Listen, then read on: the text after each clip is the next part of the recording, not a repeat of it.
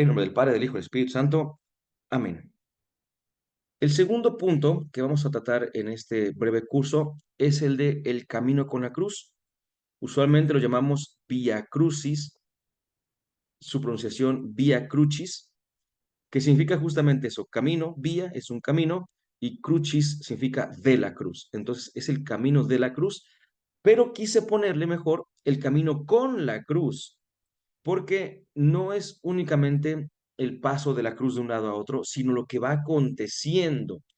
Y aunque podemos acercarnos mucho a estos momentos, en realidad también encontramos aquí ciertos detalles, unos teológicos y otros de tradición, de costumbre, ¿sí?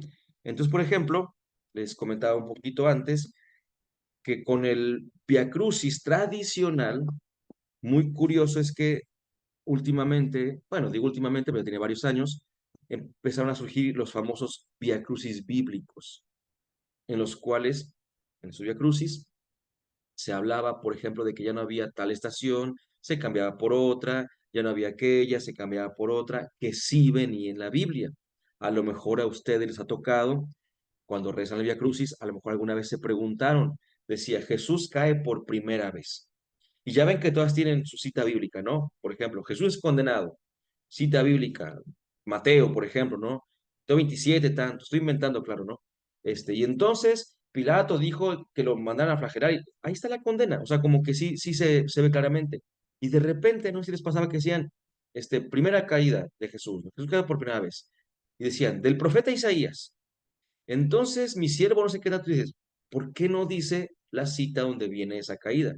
Pues porque no hay cita donde venga esa caída, ¿sí? Después lo entendimos y algunos se pusieron, repito, bastante molestos a veces porque decían, están inventando, híjole, otra vez nos encontramos ante esa palabra que no es la más correcta, pero eso actualmente quitaba valor a la palabra, porque decían, es que eso ni viene en la Biblia. Entonces decían, pues si no te creo eso, ¿qué te voy a creer lo demás? Y ponía como que en duda, que se tambaleara un poquito la verdad afirmada por las formas en las que se afirmaba la verdad. Entonces, repito, hace algunos años ya que se viene manejando viajes bíblicos y estos son un poquito más adecuados ya con una cita muy particular, aunque sean escenas distintas, por supuesto, pero no es que yo vaya cada semana a las tiendas religiosas, no es así, pero yo nunca he visto hasta el momento que vendan las imágenes del Vía Crucis bíblico. Sé que las podemos descargar de internet e imprimir, pero yo, a las pocas tiendas que he ido de artículos religiosos, siempre veo el Vía Crucis tradicional, ¿sí? Entonces, repito yo, otra cosa es que se descarguen o de alguna forma alguien que les haya encontrado, Vía Crucis bíblico, pero la gente ni siquiera, a eso voy, ¿no? Estamos rezando el Vía Crucis y la gente de repente se pierde, ¿no? Porque no falta el que dice, pues yo llevo mi librito de Vía Crucis, oye, ¿qué estación está diciendo? Porque esa no la tengo yo y hasta se enojan porque andan metiendo cosas nuevas, ideando cosas, no, bueno, pero son cuestiones interesantes. Entonces, hay al menos tres puntos que quisiera yo compartir. Primero, cargas pesadas. Un poquito con lo histórico, un poquito con una reflexión rápida. Les pedía yo, antes de que hiciéramos los temas en el grupo de WhatsApp, les pedía que buscáramos imágenes. Y cualquier imagen que le pusiéramos vía crucis, Jesús caminando con la cruz a cuestas o algo así, la imagen más o menos 97, 98% es así. Un Jesús que lleva en el hombro la cruz cargándola como tal. Al día de hoy sabemos que no se cargaba de esa manera la cruz, sino que se cargaba solamente eh, el madero horizontal, porque generalmente el madero vertical ya estaba en la zona de crucifixión. El puro madero horizontal ya tenía un peso de unos 50, 60 kilos. Entonces, una cruz completa hubiera sido imposible, imposible que la llevaran los ajusticiados. Adelanto un poquito. De hecho, el punto era que los ajusticiados llevaran su cruz. ¿sí? Entonces, ponerles una cruz que excediera sus fuerzas era contraproducente. Iban a tardar más en lo que llegaban al lugar que crucificarlo. Por eso es que, entre otras, muchas otras cosas, solamente se cargaba el famoso patibulum, que era el nombre de este madero horizontal, el patibulum o patíbulo. Y lo iban cargando desde el lugar que fue condenado, por así decirlo, en este caso con Jesús, que fue el pretorio, hasta el Gólgota. Repito, hay muchísimo que hablar, tanto de un pretorio, que es un pretorio, como de qué es el Gólgota. Y quisiera yo decirles todo, voy a ver hasta dónde podemos decirles, ¿no? Vamos a ver hasta dónde, sin perder claridad, sin tratar de procesar tanto y sin irnos en el tiempo, porque también tenemos tiempos medidos. Pero bueno, entonces primero, la carga era muy pesada, ¿eh? La carga de la cruz era muy pesada, pero con Jesús también pasaba otra cosa, que sabemos bien que fue azotado previamente. Además de eso, voy a decir una afirmación tradicional y una no tanto. La primera de ellas es que si nosotros nos atenemos a la idea tradicional de que Jesús fue arrestado el jueves por la noche, tarde noche, y de que todo ese día hubo tantas cosas, que fue con el Sanedrín, que fue con Pilato, que se fue con Caifás y que rezó con Pilato, y se lo llevaron y que todo esto pasó en 12 13 horas, eh, eso querría decir que Jesús ni siquiera durmió, para empezar, ¿no?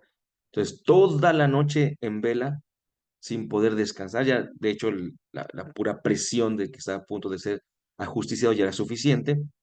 Segundo, el punto de que estaba sin comer porque ni modo que llevaran comidita al Señor Jesús. Tercero, que estaba recién flagelado. Esto quiere decir que el peso de la cruz era mucho más grande ya, mucho más grande por cuestión de relativa, ¿sí? O sea, su peso, si digo que eran 50 kilos, pues fueron 50 kilos de principio a fin, pero de manera relativa, dada estas circunstancias personales de Jesús, la carga se volvió muy pesada. Y nos damos cuenta de que casi siempre hablamos en ese sentido, aquí, hablamos de que le pesaban nuestros pecados. Déjenos pecados, o sea, eso es lo de menos, sino qué podemos aprender nosotros de esto, ¿no? Eh, y tenemos una frase que dice que a veces nos llueve sobre mojado. Y es que sí es cierto, ¿no? Tenemos otra que decimos, solamente hace falta que me haga pipí un perro, porque ya esto y lo otro. Actualmente la chaviza anda mucho con eso de, Señor, soy tu mejor guerrero, ¿qué pasó? Ya búscate otro guerrero, porque con eso de que Dios da sus batallas más fuertes a sus mejores guerreros, dice, no, pues uno siempre se anda como victimizando, ¿no? Por todo lo que le pasa, pero dejemos de lado que somos víctimas, pensemos en que realmente tenemos cosas que son importantes de llevar, de seguir adelante, ¿no? Y la única cosa que queremos decirles es que es camino, esto es camino, no es meta, no es el fin. El fin ni siquiera es la crucifixión en sí misma, no, el fin es la resurrección. Entonces, cuando nosotros tenemos un sentido en nuestra vida, agarramos nuevas fuerzas. Pero si no tenemos sentido en nuestra vida, entonces no podemos avanzar. Y así sean cargas medianamente pesadas. Miren, últimamente, pues calculo que de 5 años para acá, muchas de mis reflexiones van en orden del matrimonio, justamente. Ya es mi realidad actual, por supuesto, ¿no? Entonces veo el matrimonio de otra manera. Antes lo entendía, ahora lo experimento. Y experimento en primera persona, por supuesto, pero curiosamente varios de mis conocidos y allegados también se casaron. Y vamos viendo, escuchando algunas cuestiones que nos van comentando, ¿no? Ya sea a mí o a Oli o a los dos, nos van contando lo que van pasando en los matrimonios y pues a veces nos toca ser nosotros los que cuentan lo que pasó, ¿no? Y a veces nos toca escuchar a otros y aprender de aquellos para no pasar por ahí. Pero a lo que voy es a que a veces en el matrimonio hay cargas eh, que sí son ciertamente pesadas. Y eso que no son las más pesadas. Y eso que a veces hay otras que cuando tú escuchas a otros matrimonios dices, Eso sí estuvo fuerte, eso sí estuvo fuerte. Porque es evidente, ¿no? Se hizo popular en los noventas, dos miles, se hizo popular aquellos estudios donde, y permítame que estoy con una reflexión de aplicación, aquellos estudios donde decía que en Estados Unidos se divorciaban hasta por cómo exprimían la pasta de dientes. Y es cierto, por cultura personal que viene de la familia, uno exprime la pasta de dientes y al día de hoy tenemos pastas, una salvación para esos matrimonios, esas pastas que son de plástico. Pero si ustedes recuerdan, si son viejitos como yo, se acordarán que antes la pasta venía en un tubo de metal.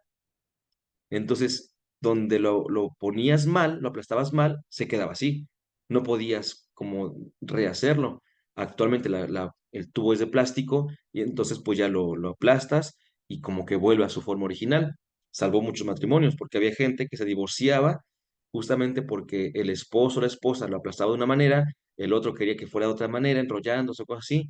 Y esas eran las razones para a veces divorciarse, para separarse eh, cuando uno lo ve de lejos y después de algún tiempo se da cuenta de que fue muy poco lo que causó una separación, ¿no?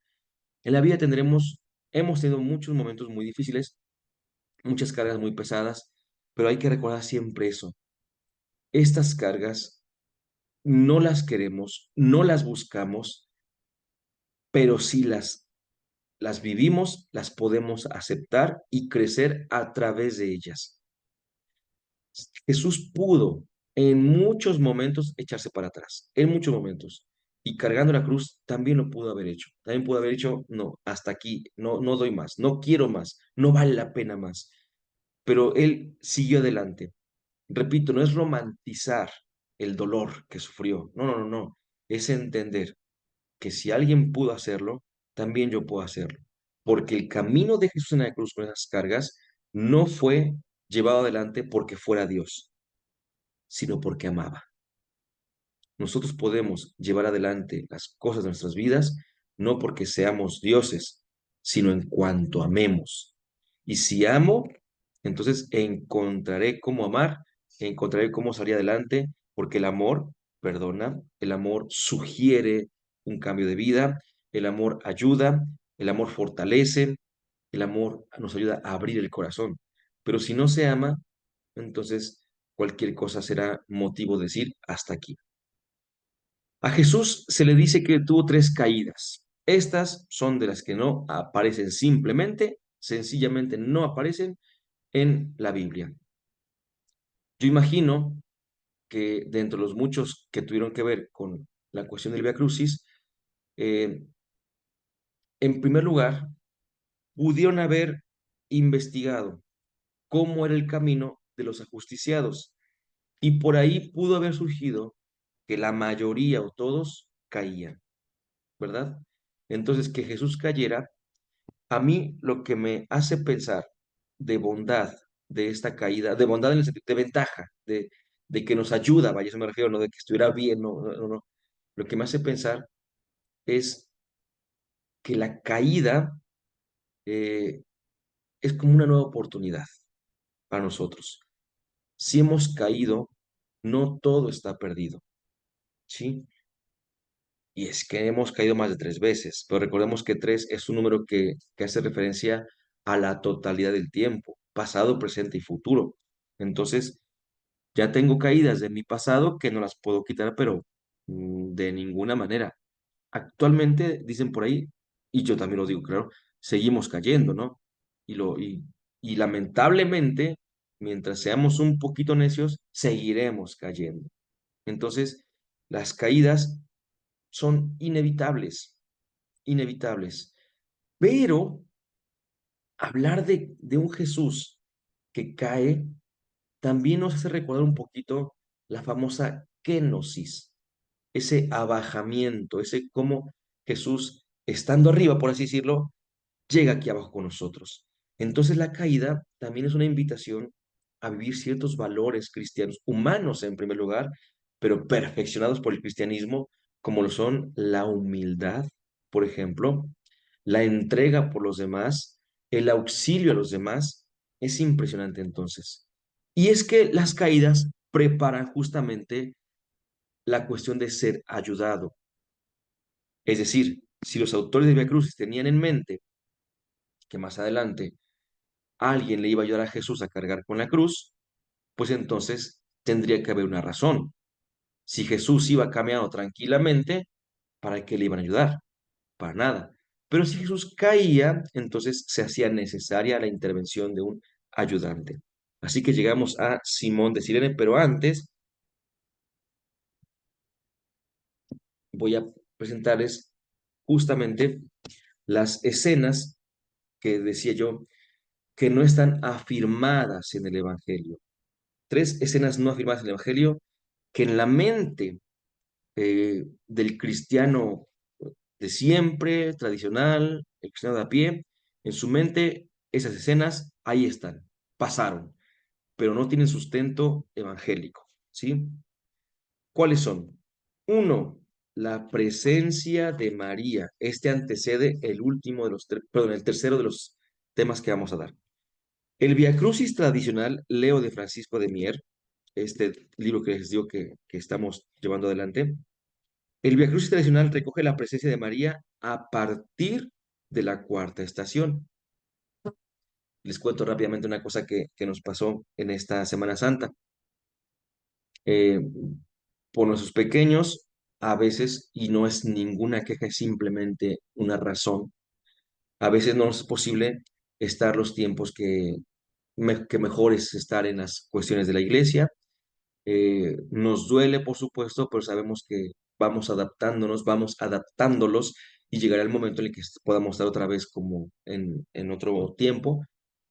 Pero justamente el Viernes Santo, en la mañana, se durmieron los niños. Entonces, pues no podíamos ir al Via Crucis y escuchábamos que ya era, bueno, no las campanadas, porque ya no hay campanadas ese día, pero escuchábamos que ya se acercaba la hora y estábamos así como que ya queremos ir, ya queremos ir, ya queremos ir al Via Crucis. Y y más que pues la iglesia está cerca, muy cerca de casa, ¿no? No los despertamos a los niños, pero casi, casi que pasábamos medio haciendo un poco de ruido, ¿no? Digo, Santi 2 años en aquel entonces como con 3, 4 meses, o 6 meses más o menos, y Paola como de 4 o 5 meses, o sea, tampoco es cuestión de despertarlos así todo salvajemente, ¿no? Pero que se despiertan, dijimos, vámonos. Rápidamente los acomodamos, los enrollamos en sus cobijitas porque estaban calientitos y que nos vamos rápidamente. La parroquia está como a 2 cuadras de nosotros, de donde vivimos, en una subidita. Y vamos, vamos, vamos, vamos. Y estábamos, ¿dónde irán? ¿No? Y en eso volteo y le digo, mira, van para allá, porque justamente vi en ese momento cómo estaba pasando, este, pues un contingentito, ¿no? Así. Pero yo nada más vi así de reojo, una imagen y personas. Y vamos corriendo, corriendo, y yo me adelanté porque, pues corro un poquito más rápido, y me asomo y me espanté. Le digo a mi esposa, le digo, oye, pero creo que van muy poquitos. No sé si acaba de empezar o qué. Le digo, van rezando, pero van muy poquitos. Y se asoma y no, pero cuando digo poquitos eran como 5 o 6, nada más, ¿no? Los que iban. Y vemos y llevaban la imagen de María. Y dijimos, ah, no, no, no, no, no, no, no. Ellos son el grupo al que le toca llevar la imagen de María a la cuarta estación para que cuando llegue el Vía Crucis, que estaba por el otro lado, ya esté la imagen de María allí, y a partir de esa cuarta estación ya no nada más va los apóstoles, por así decirlo, con la cruz cargándola, sino que ya van ahí y también la imagen de María, ahí va. Ah, bueno, pues es esto justamente, ¿no? El Via Crucis tradicional recoge la presencia de María a partir de la cuarta estación y durante el resto del camino. Aunque los evangelistas no testifiquen su presencia en ese camino, escuchen, no hay ningún evangelista que diga que María estaba allí, es muy probable que allí estuviera, porque el mismo evangelio asegura que estaba junto a la cruz y porque el condenado tenía el derecho de hablar a sus padres. Estando en Jerusalén, es inimaginable que no se hubiera enterado de la detención, el juicio y la condena de su hijo y en consecuencia que no saliese inmediatamente para acompañarle lo más cerca posible. Es probable que, al ser reconocida como madre del condenado, siempre es fácil reconocerla por la expresión de sus sentimientos, puede ser también objeto de burla e injuria por parte de algunos de los presentes, al ser reconocida. Aquí yo tengo que hacer un pequeño punto porque justamente lo vamos a retomar en el tercer tema. Eh, Tenemos que darle un poquito de crédito al hecho de que una madre, pues si sabe que su hijo está siendo ajusticiado, pues tiene que estar allí. Pero vamos a poner, repito, unos puntos que nos van a ayudar para el tercer tema. Pero recordamos que María no estaba dentro del grupo de seguidores de Jesús. Y Jesús en ese momento está en Jerusalén. Y repito lo que dijimos hace ratito. De la manera tradicional, tenemos el prendimiento el jueves por la noche. Hay otro cómputo, otra propuesta que no ha agarrado tanto valor o tanto peso, pero que es muy conocida, muy conocida, y que es que probablemente Jesús fue prendido el martes por la noche, que la cena fue el martes por noche. Tranquilos, no vamos a cambiar absolutamente nada la liturgia, no estamos proponiendo que hagamos una Semana Santa donde todo empiece el martes, no, no es eso, simplemente que hay otra forma de hacer el cómputo de los días y cuadraría mucho mejor. Eh, claro, no es de gratis, no es que se le ocurrió a alguien 5 siglos después, no, no, no, hay tradiciones desde los primeros siglos en donde ya se hablaba de que el Señor Jesús fue arrestado el martes por la noche, pero nunca como que pegaron, por así decirlo, pero actualmente se retoman esas ideas y se dice, es muy probable. Pensemos entonces que a Jesús lo prenden el jueves por la noche, repito. De hecho, yo soy partidario de la segunda opción, de que fuera el martes, pero no importa. Pensemos entonces que lo prenden. María no estaba allí en Jerusalén. En todo caso, estaba en Nazaret. Y en Nazaret no estaba a media hora de distancia. Y Nazaret, y en aquellos tiempos no había teléfonos para mandar un mensajito, para hacer una llamada. Alguien tendría que haber ido desde Jerusalén hasta Nazaret a medianoche, encontrar a María y que María tuviera el tiempo de llegar acá en otras 3, 4 horitas. Y lo curioso es que es imposible en el tiempo que hayan llegado en un solo día, uno de ida y ella de vuelta. Imposible, imposible. Ese viaje tardaba un par de días. Entonces, ahí dicen algunos, bueno, pero si entonces Jesús fue aprendido el martes, ahí sí daría tiempo. Es probable que ahí sí. Sin embargo, no resuelve el punto de si estaba María al pie de la cruz, que es lo que nos hace pensar que se enteró María y que fue a seguir a Jesús. ¿Por qué? Porque la vemos al final, entonces tuvo que haber llegado de alguna manera, ¿no? Y si llegó de alguna manera, pues entonces siguió a Jesús en este camino. Pero no hay confirmación, primero, evangélica, de que María estuvo durante el Via Crucis. Repito, dice el autor, es probable, si tomamos en cuenta, que María estuvo al pie de la cruz, pero vamos a ver qué podemos ir ante este punto. Segunda escena no afirmada en los evangelios, las caídas, ya dijimos, ¿no? Tres, según el tradicional Via Crucis, es decir, la escena más repetida. De las 14 estaciones más la 15ª, 3 estaciones son de caídas. Las caídas resultan más lógicas si Jesús llevaba personalmente el madero, o al menos durante el tramo que lo llevó. De cualquier manera son posibles, dada su debilidad y el empedrado del camino, y más si llevaba una atadura desde el madero hasta su tobillo y otra para atarle a los otros dos condenados. Porque recordemos que el cuarto tema es los condenados con Jesús, los crucificados con Jesús, quiénes eran, pero si eran crucificados con él, nosotros siempre ponemos la atención en Jesús. Pero si ese día condenaron también a otros y los crucificaron también, pues seguramente no iba Jesús solo, iban al menos tres caminando con sus respectivas cruces, en ese sentido con el madero horizontal, por supuesto. Bueno, lo que provocaría continuos tirones, pues no caminarían los tres al mismo ritmo. Muy interesante, muy interesante. Más aún, Si los otros dos no habían sido flagelados o no con tanta violencia como Jesús. En la síndone, que es la sábana santa, se reconocen restos de estas caídas, rodillas abiertas, la izquierda con sangre y tierra, escoriaciones de la nariz, porque no podía meter la mano porque lo llevaban amarrado, es otra cosa, llevaba cargando el patíbulum, pero iba amarrado, entonces no es que lo llevara así y, ay, me caigo y meto las manos, no, simplemente no podía meter las manos, ¿sí? Y escoriaciones de la nariz, suciedades de tierra, pómulos y frente escoriados.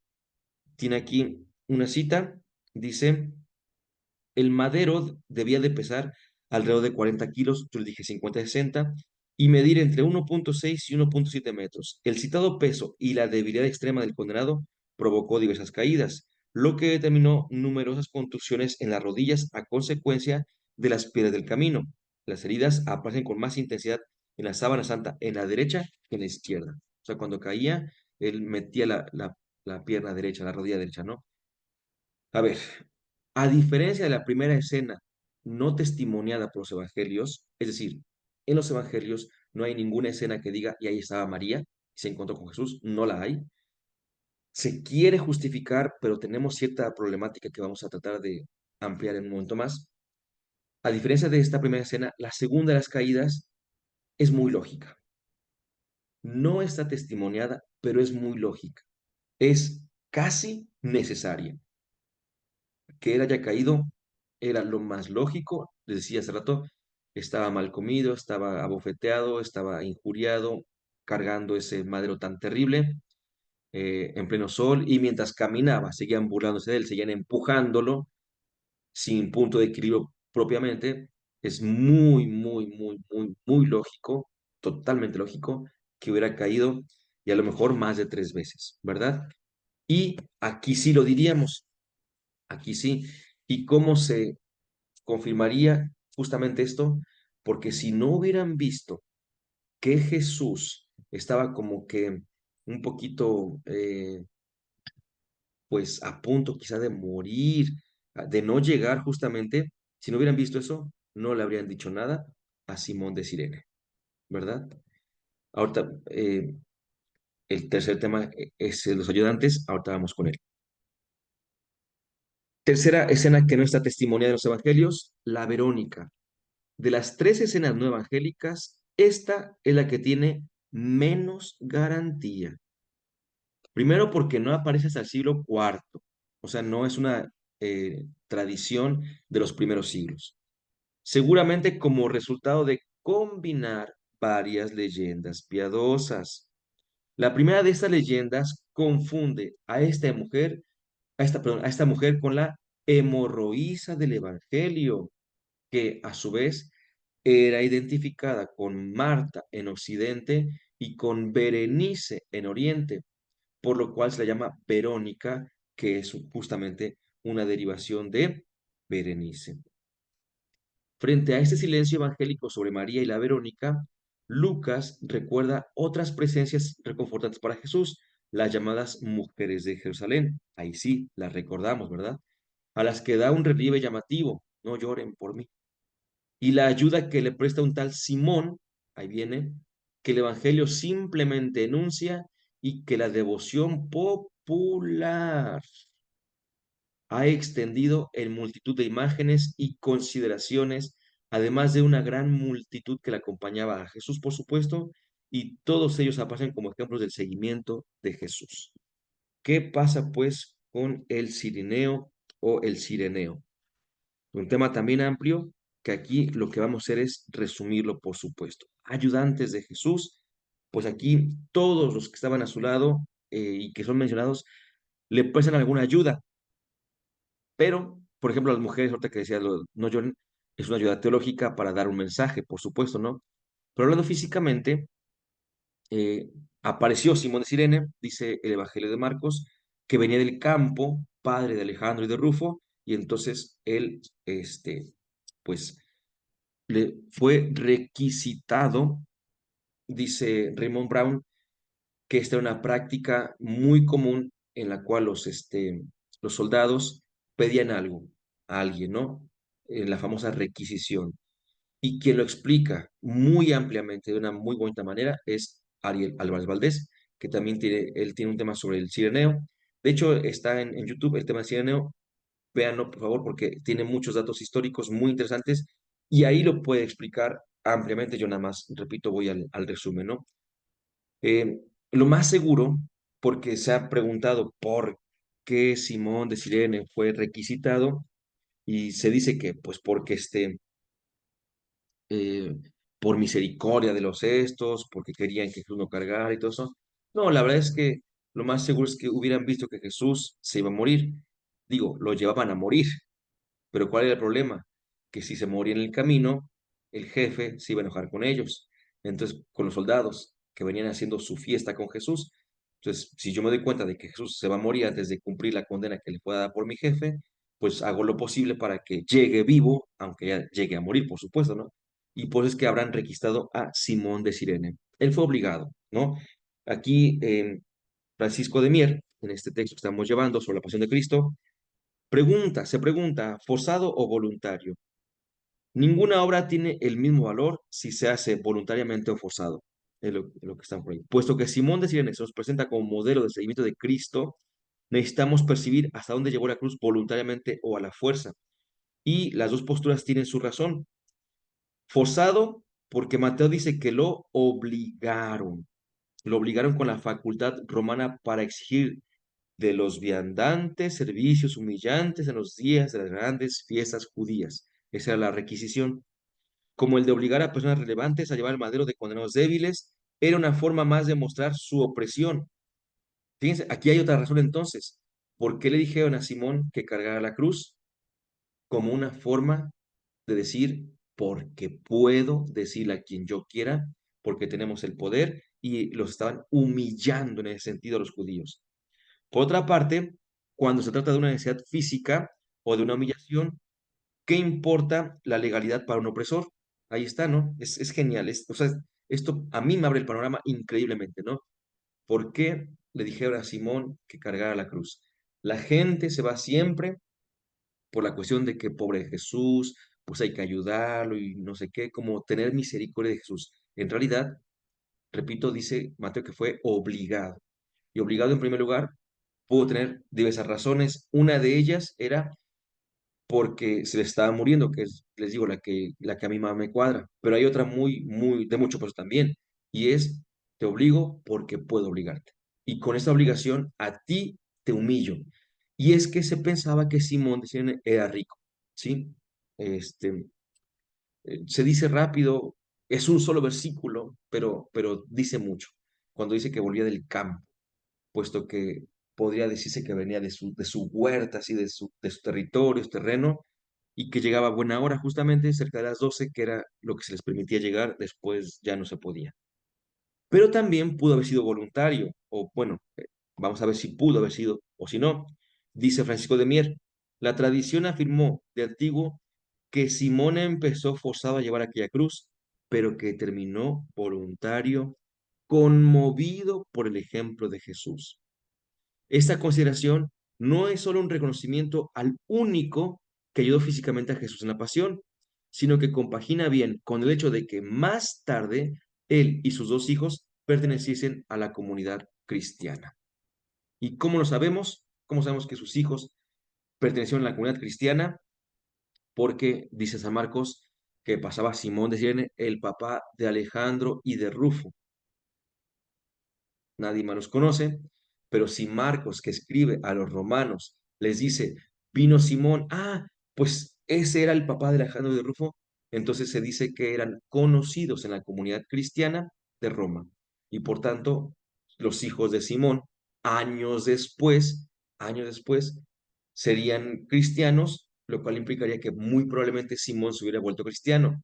Eso es lo que podemos colegir de lo que la Biblia dice. Pero hay tradiciones que lo hacen hasta obispo, que se convirtió al cristianismo, que fue un gran evangelizador y que llegó a ser hasta obispo. La verdad es que no podemos afirmar nada de eso, simplemente afirmamos lo que la Biblia dice.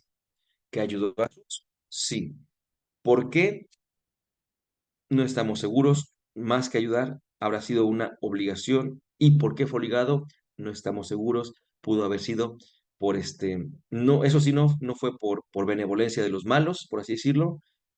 Lo más seguro es justamente para que Jesús pudiera llegar al lugar de la crucifixión, pero también pudo haber sido porque, permíteme, ¿no? Porque era una forma de los romanos de decir, yo tengo el poder, yo tengo el control. Y dicho eso, entonces, es una forma también humillante para todos los judíos de ver cómo uno de ellos era crucificado y cómo, siendo uno crucificado, todos los demás también pueden ser humillados cuando los romanos quisieran. Podrían haber humillado cuando los romanos quisieran.